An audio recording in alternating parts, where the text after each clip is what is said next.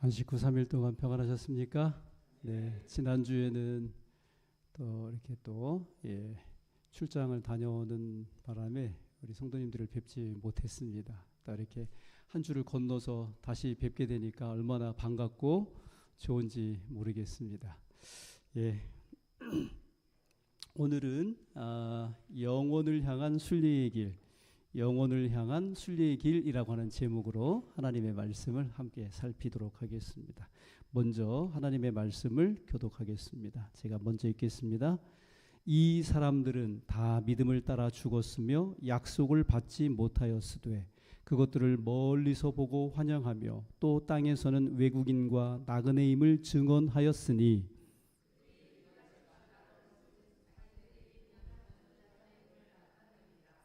그들이 나온 바 본향을 생각하였더라면 돌아갈 기회가 있었으려니와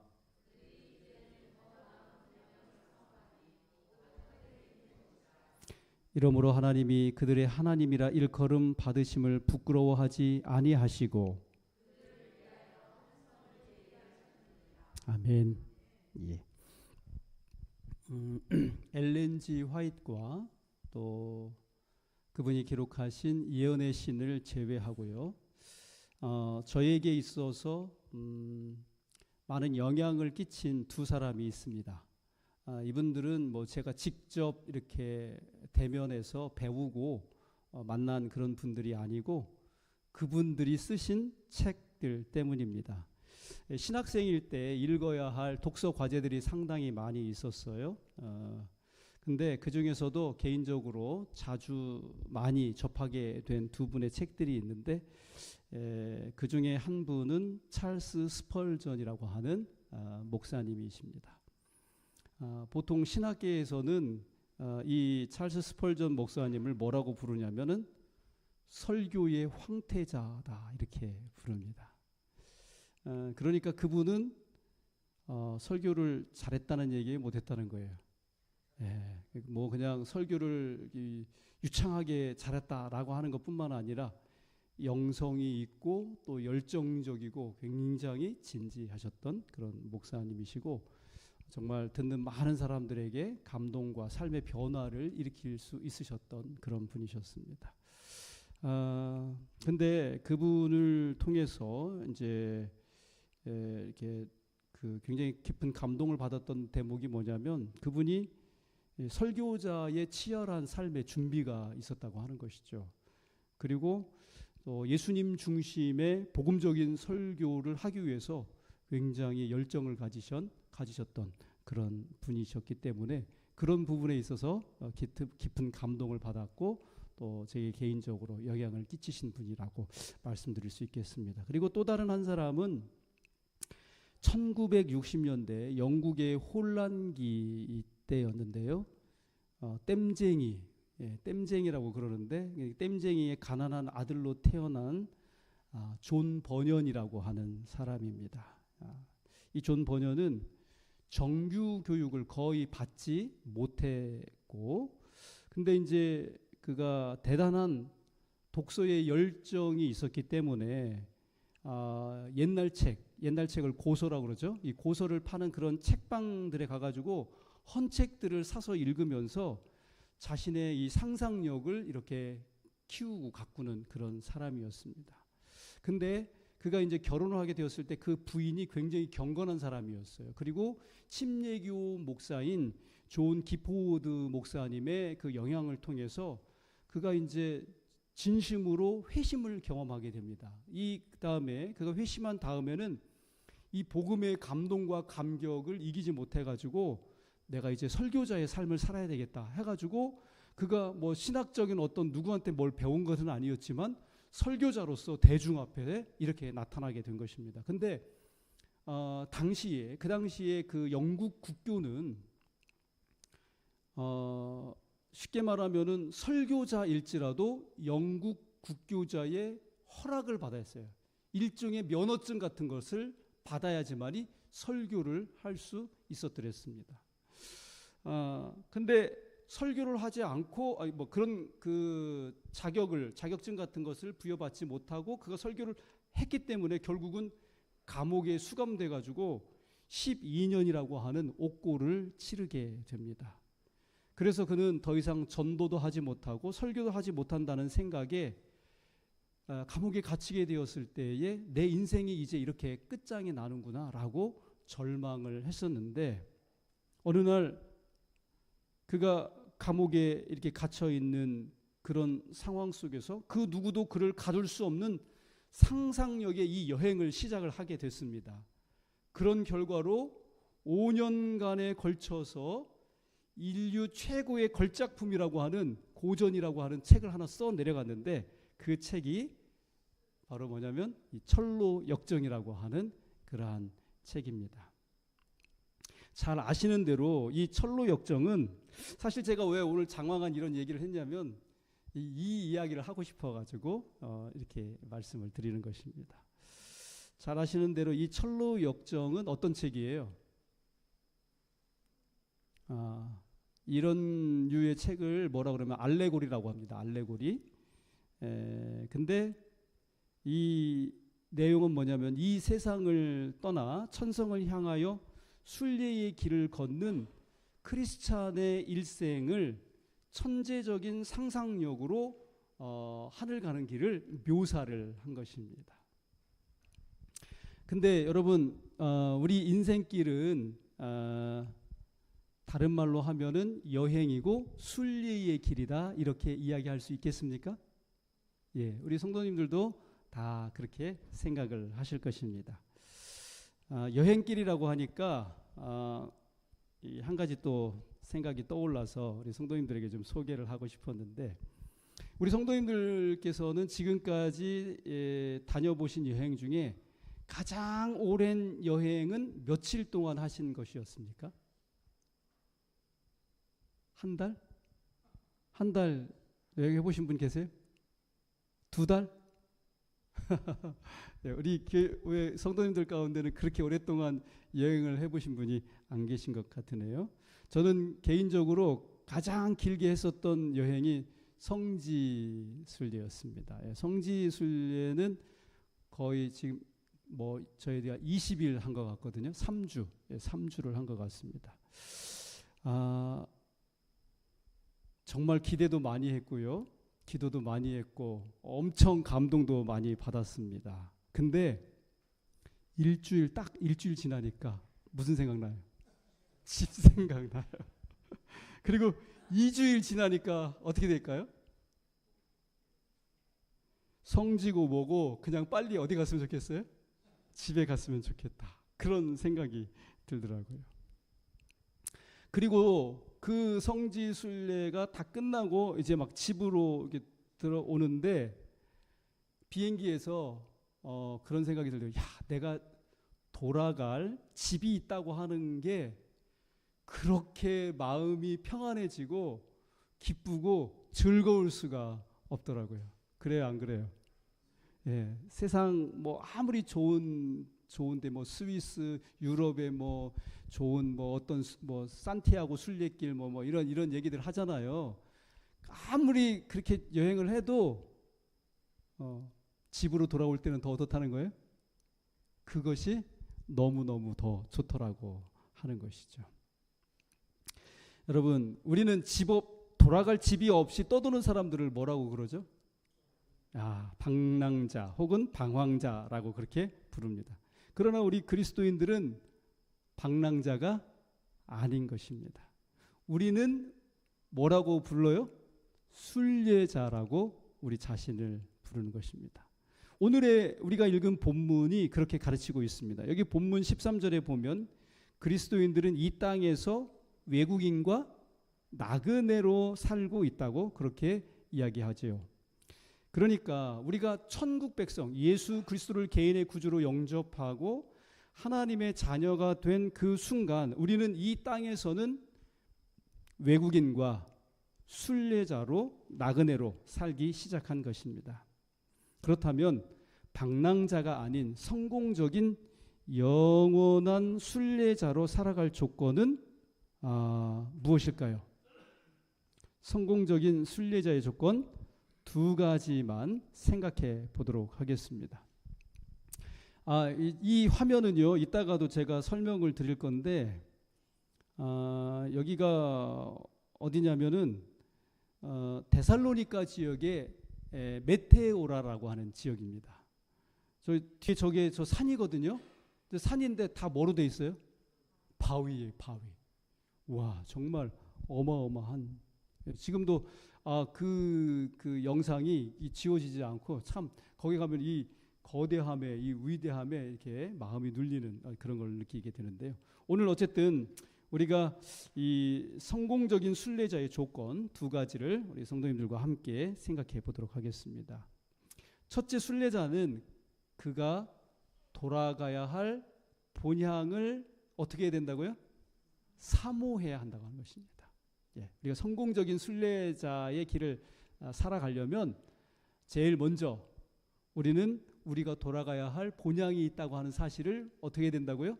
사모해야 한다는 것입니다. 이미 말씀드린 것처럼 모든 여행자들은 일정한 시간이 지나면 집을 그리워합니다. 그러나 오늘 본문은 우리가 일정한 기간 후에 돌아오는 그 집도 우리의 궁극적인 그런 본향은 아니라고 이야기합니다. 그러면서 히브리서 11장에 등장하는 이 믿음의 선진들이 바라본 궁극적인 집이 어디였는지를 우리에게 설명을 해주고 있습니다. 자, 우리 다 같이 읽겠습니다. 시작. 그들이 나온 바 본향을 생각하였더라면 돌아갈 기회가 있었으려니와 그들이 이제는 더 나은 본향을 사모하니 곧 하늘에 있는 것이라. 그러므로 하나님이 그들의 하나님이라 일컬음 받으심을 부끄러워하시지 아니하시고 그들을 위하여 한 성을 예비하셨느니라. 아멘. 그렇습니다. 우리가 사모한 궁극적인 우리의 본향은 어디에 있는 집이라고요? 하늘에 있는 집이라고 하는 것입니다. 주께서 당신의 사랑하는 백성들을 위해서 예비하신 성읍이라고 말씀해 주시고 있습니다. 우리는 오랫동안 이 집을 뭐라고 불러왔죠? 천국이라 그렇게 불렀습니다.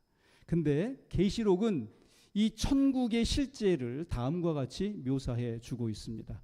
자, 이것도 교독해 보겠습니다. 제가 먼저 읽겠습니다.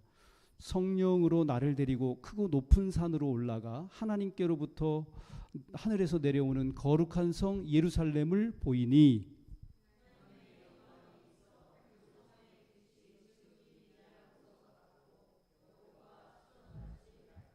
크고 높은 성곽이 있고 12문이 있는데 문에 12천사가 있고 그 문들 위에 이름을 썼으니 이스라엘 자손 12지파의 이름들이라.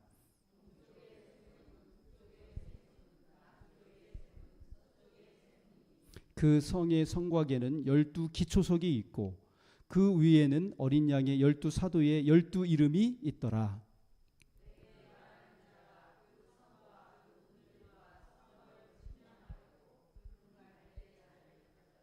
그 성은 네모가 반듯하여 길이와 너비가 같은지라. 그 갈대자로 그 성을 측량하니 12,000 스타디온이요 길이와 너비와 높이가 같더라.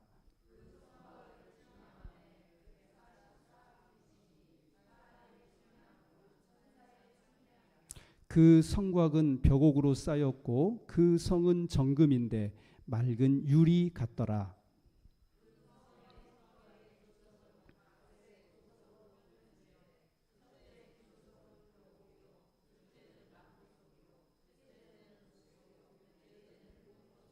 다섯째는 홍마노요 여섯째는 홍보석이요 일곱째는 황옥이요 여덟째는 노곡이요 아홉째는 담황옥이요 열째는 비취옥이요 열한째는 청옥이요 열두째는 자수정이라.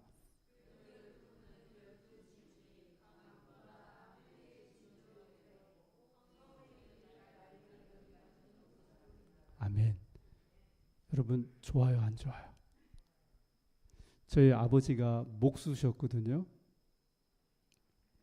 근데 평생 남의 집만 지셨어요. 우리가 살 집을 손수 지어 본 적이 없어요.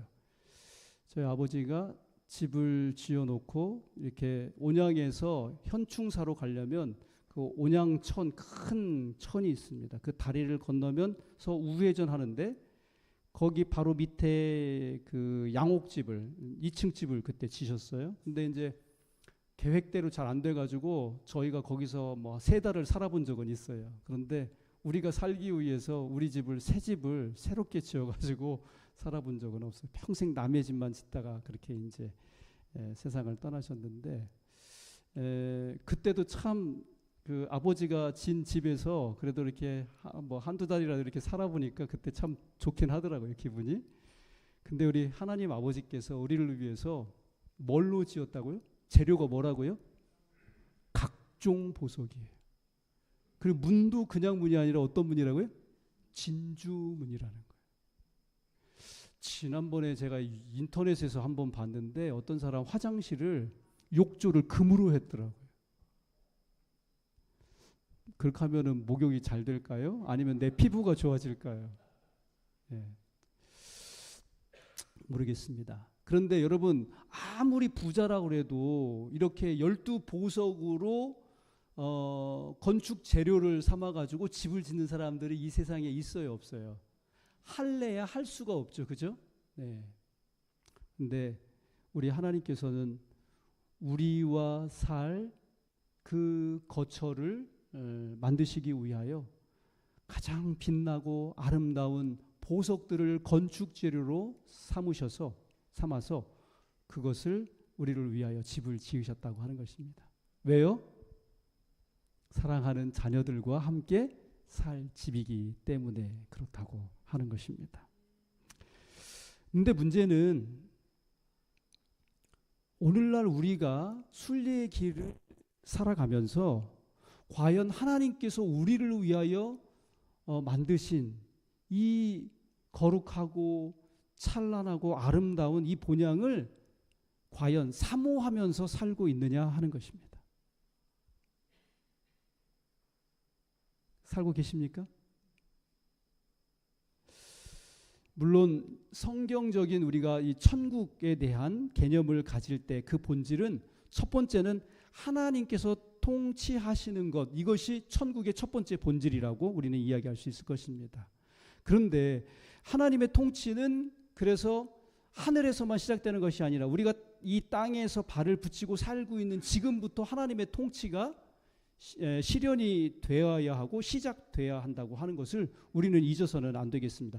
하지만 그렇다고 해서 완성된 천국으로서의 이 궁극적인 본향, 하나님이 우리를 위하여 함께 거하실 이 처소를 만들고 예비하셨다는 이 위대한 성경적 약속에 대해서 사실로서 우리는 그것을 믿고 받아들이고 그것을 소망하고 기뻐하고 사모해야 할 필요가 있다고 하는 것이죠.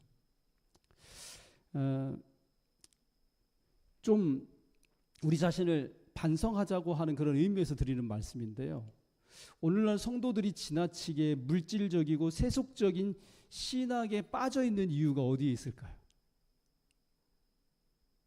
왜 그렇다고 생각하십니까?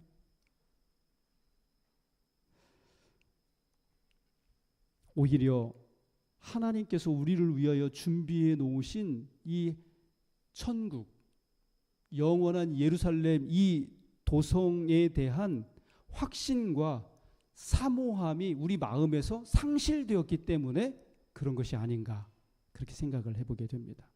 정말로 우리가 우리 주님께서 영원하고 영광스러운 천국을 예비하셨음을 믿는다면 그렇게 지금 당장의 세속적인 이익에만 매달리는 모습으로는 살지 않을 거라고 하는 것이죠. 여러분, 순례자가 여행길에서 출세하고 성공하려다 보면은 결국 그는 순례길에서 뭘 할 수밖에 없습니까? 그 순례길을 포기할 수밖에 없는 것입니다.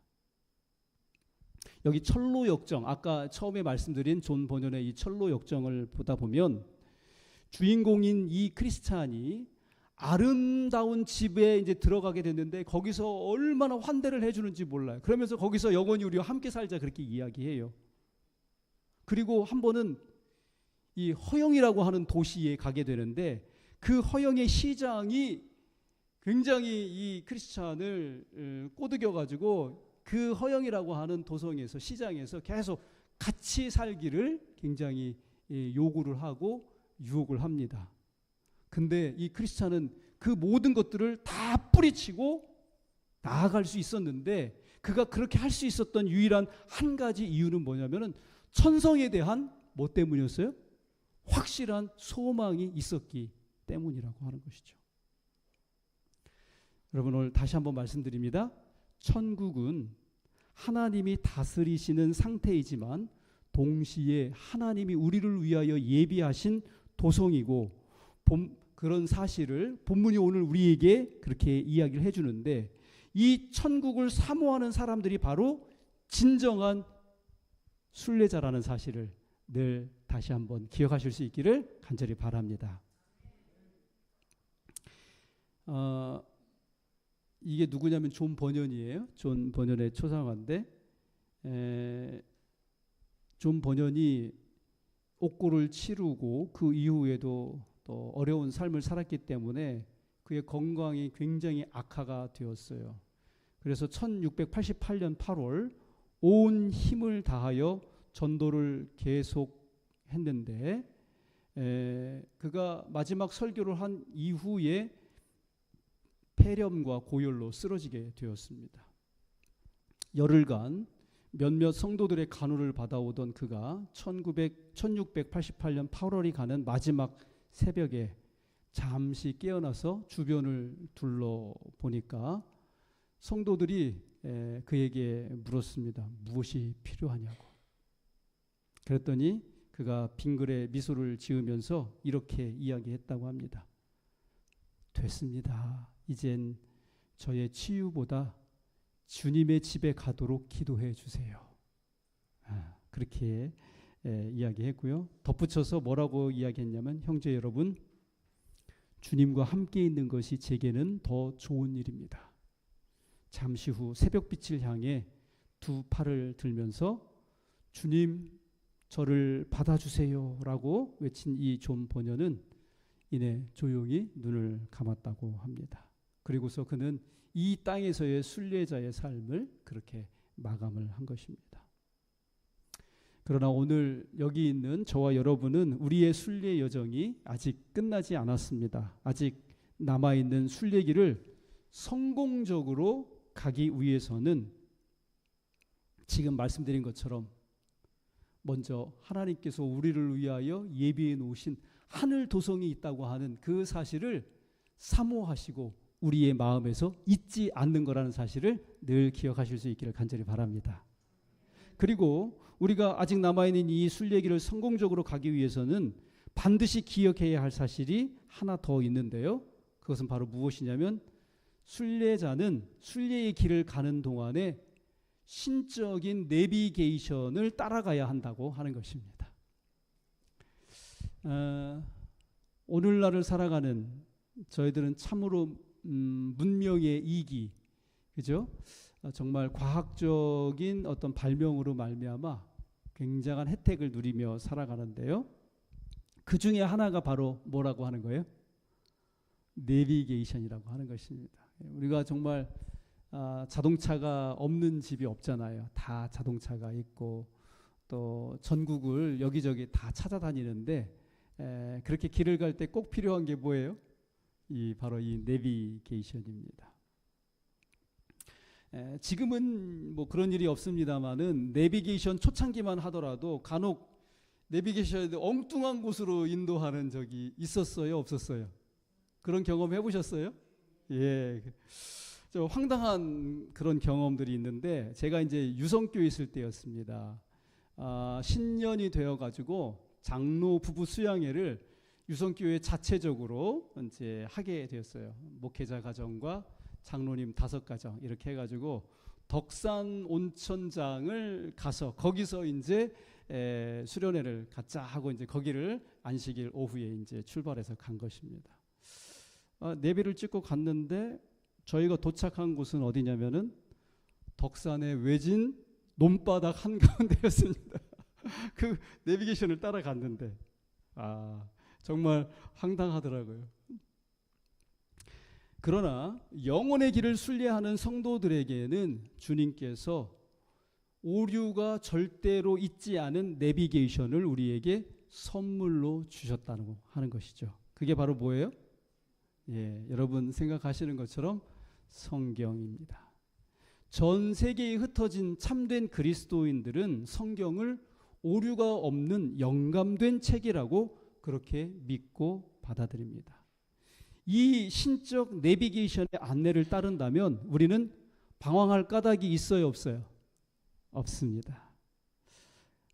이 말씀을 따라서 살아간다면 우리는 순례자의 길을 정말 목적지까지 안전하게 도착하게 될 거라고 하는 것이죠.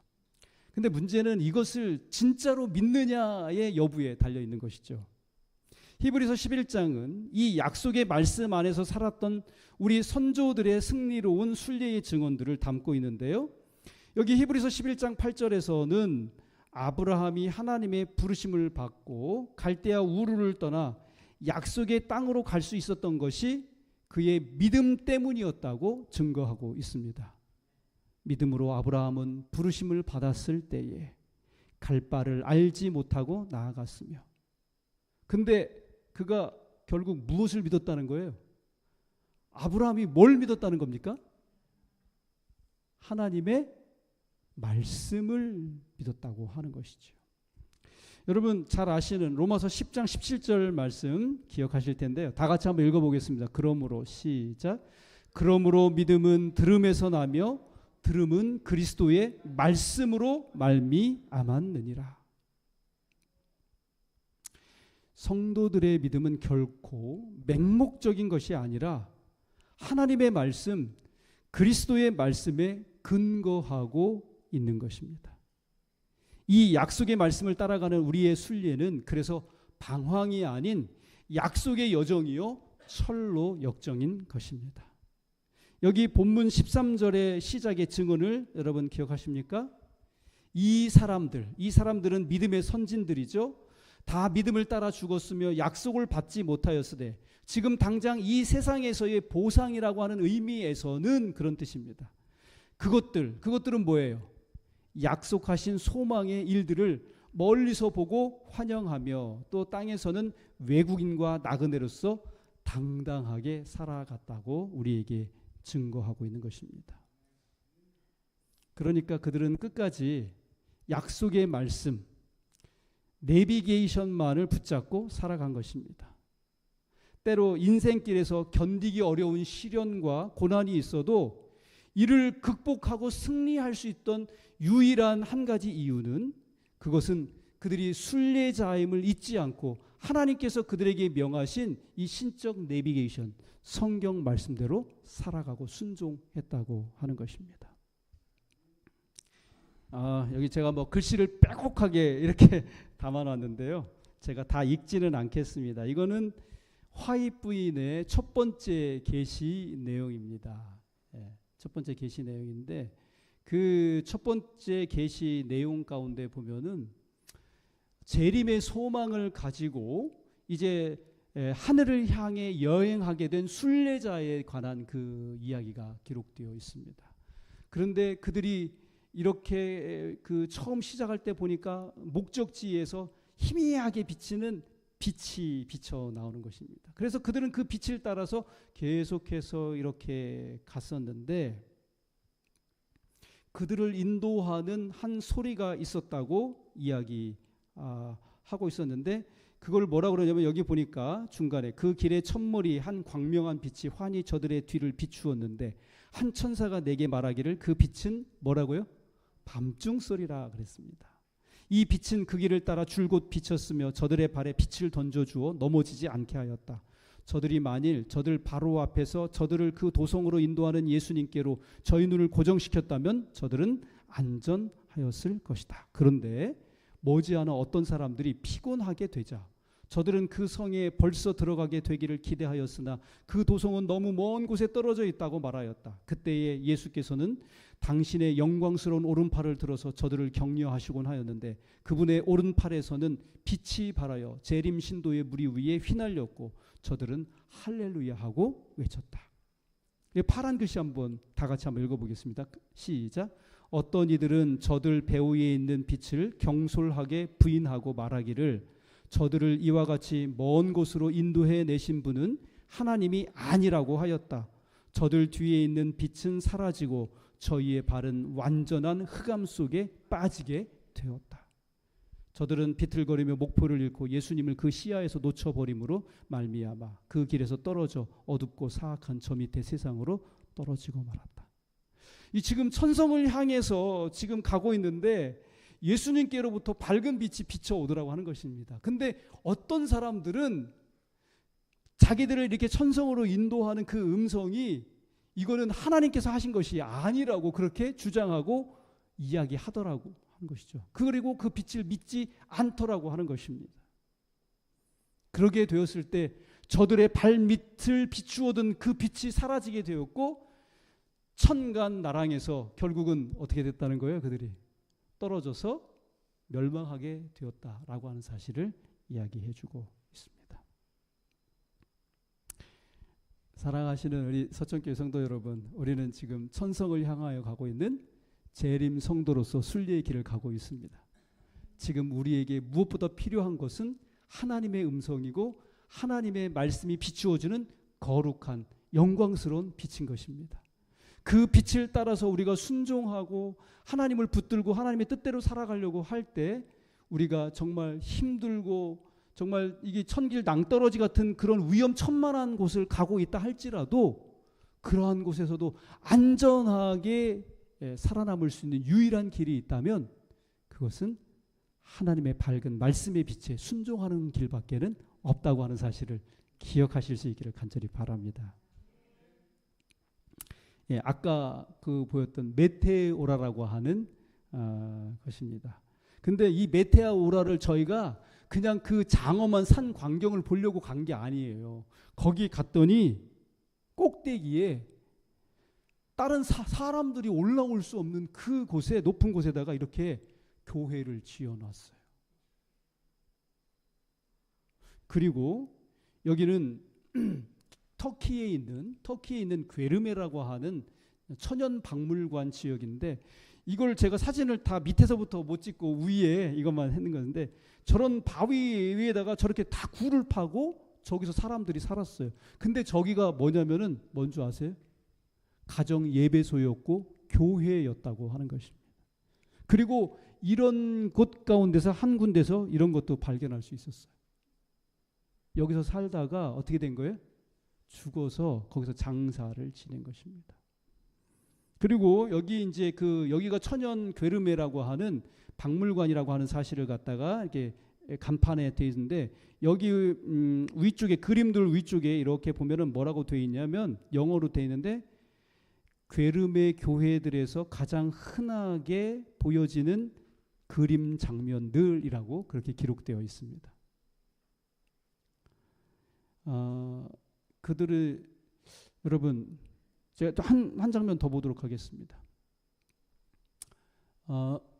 여러분들이 보실 때는 왼쪽인가요? 왼쪽. 상단에 보니까 데린쿠유라고 되어 있는데 데린쿠유는 그 밑에 보니까 영어로 언더그라운드 시티 그렇게 돼 있어요. 언더그라운드가 뭐예요? 지하 그런 뜻이에요. 시티는 여러분 잘 아시죠? 지하 도시예요. 지하 도시. 여기 지금 보면은 이 지하에 그 밑에 이렇게 보면은 굴을 파가지고 그 밑에 이렇게 들어가서 거기서 산 것입니다. 근데 저게 굴이 그냥 땅이 아니라 뭐냐면 바위예요. 바위. 그리고 그 우측에 있는 그림들은 그 지하 동굴로 들어가는 지하 세계로 들어가는 그러한 도로이고 좁은 그런 길입니다. 여러분들 생각에 어떤 사람들은 다른 사람이 오지 못할 높은 바위산 꼭대기로 올라가서 거기서 살면서 교회를 짓고 거기서 살고 어떤 사람들은 또 자기들을 추적하지 못하도록 땅 속으로 이 바위 속으로 바위 속으로 이렇게 들어가서 이렇게 살았습니다. 여러분 이 사람들이 왜 이렇게 살아야만 했을까요? 그렇지요. 하나님의 말씀을 따라 살기 위해서 그랬다고 하는 것입니다. 여기서 그냥 평범하게 살아가려고 하니까 하나님의 말씀대로 살 수가 있어요, 없어요? 그렇게 할 수가 없는 거예요. 하나님의 말씀대로 살려고 하면 잡아다가 죽이고 감옥에 가둬 놓고 고생시키고 고문하고 핍박하는 것입니다. 그래서 이 사람들은 세상이 자기들을 그렇게 하지 못하도록 하나님의 말씀을 순종하고 따라 살 수 있는 길을 찾다가 저 바위산 꼭대기로 올라갔고 아무도 찾아내지 못하도록 땅속 바위 속으로 땅 파고 들어갔다고 하는 것이죠. 예. 시편 119편 105절의 말씀, 베드로후서 1장 19절 말씀 우리 다 같이 한번 읽겠습니다. 시작. 주의 말씀은 내 발의 등이요 내 길의 빛이니이다. 또 우리에게는 더 확실한 예언이 있어 어두운 데를 비추는 등불과 같으니 날이 새어 샛별이 너희 마음에 떠오르기까지 너희가 이것을 주의하는 것이 옳으니라. 네, 그렇습니다. 우리가 이 세상에서 살아가는 동안에 정말 어떻게 해야 할지 무엇을 해야 할지 모를 만큼 칠흑 같은 어둠 앞에 우리의 발걸음이 멈춰 서게 될 때가 있다고 하는 것이죠. 그리고 그리스도의 길을 가려고 하다 보니까 손해보고 핍박받고 멸시받고 조롱받는 그런 경우들이 있더라고 하는 것이죠. 그러나 그럼에도 불구하고 오늘 우리에게 주신 이 생명의 말씀과 같이 하나님의 말씀이 우리 앞에 등불이 되고 내 발에 등이 된다고 하는 사실을 기억하시고 어두운 데를 비추어주는 예언의 말씀에 따라서 현재 우리가 어느 시점에 머물러 있는지를 알고 주님께서 우리에게 명하신 재림 성도의 길을 살아가실 수 있는 우리 모든 성도들 다 되실 수 있기를 간절히 바라겠습니다. 이제 마지막으로 한 가지 말씀을 드리고 마치도록 하겠습니다. 헨리 모리슨이라고 하는 아프리카 선교사가 있었습니다.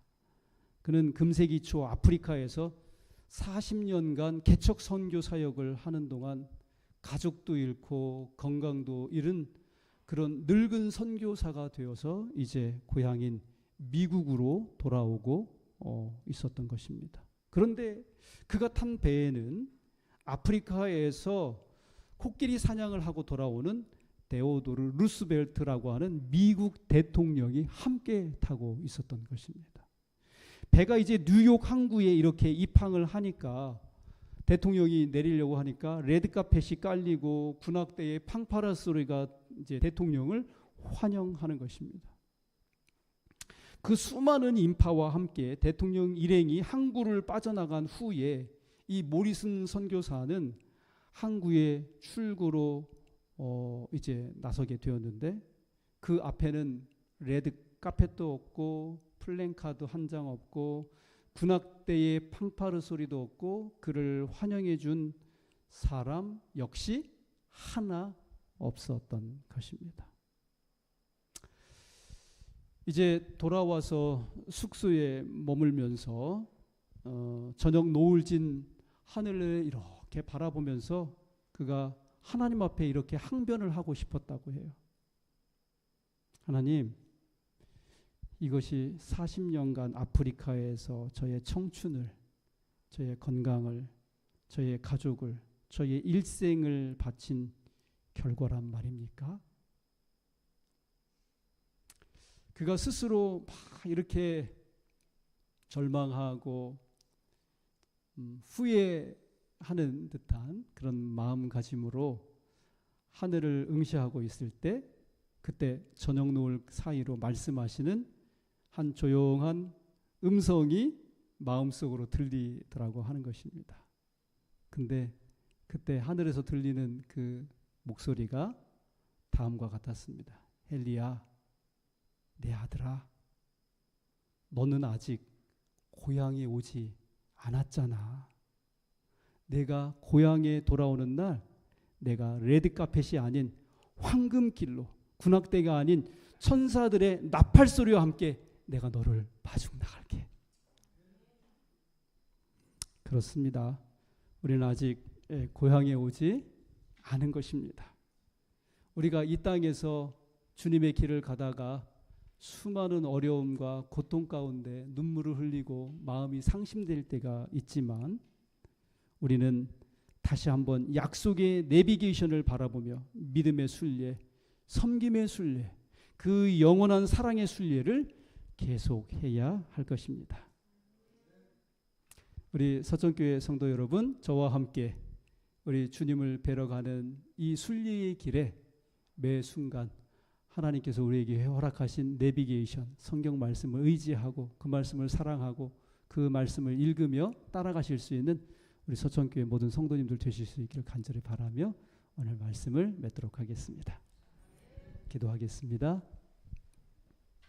하나님 우리 아버지, 오늘 우리의 팍팍하고 고달픈 순리의 길에 우리 주님께서 우리로 하여금 절망하지 않도록 가장 안전하고 지름길로 인도하시기 위하여 성경 말씀을 빛으로 허락하시니 감사합니다.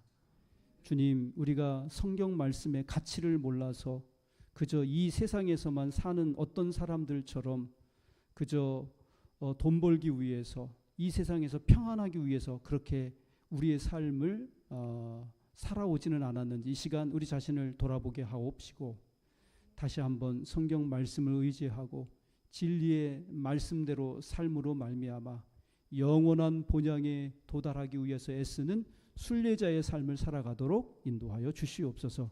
지혜를 주시고 능력을 주시고 믿음을 주시고 담대함을 주셔서 오늘도 이 세상을 살아갈 때 하나님 제일주의 원칙을 따를 수 있도록 인도하시며 하나님이 기뻐하시는 길에서 마침내 우리가 살 길을 찾고 발견하고 주께서 우리를 도우시는 그 은혜의 손길을 체험하게 되는 놀라운 경험들을 가질 수 있는 우리 서천교회 성도님들 다 되실 수 있도록 인도하여 주시옵소서. 아버지, 남은 한 주간도 저희와 함께 하시고 우리의 삶으로 빛이 되게 하시고 또 다른 어둠 가운데서 헤매고 있는 영혼들에게 삶의 길을 제시할 수 있는 믿음의 길을 살다가 안식일을 다시 맞을 수 있도록 인도해 주시옵소서. 사랑이신 예수님 귀하신 이름으로 간절히 기도합니다. 아멘.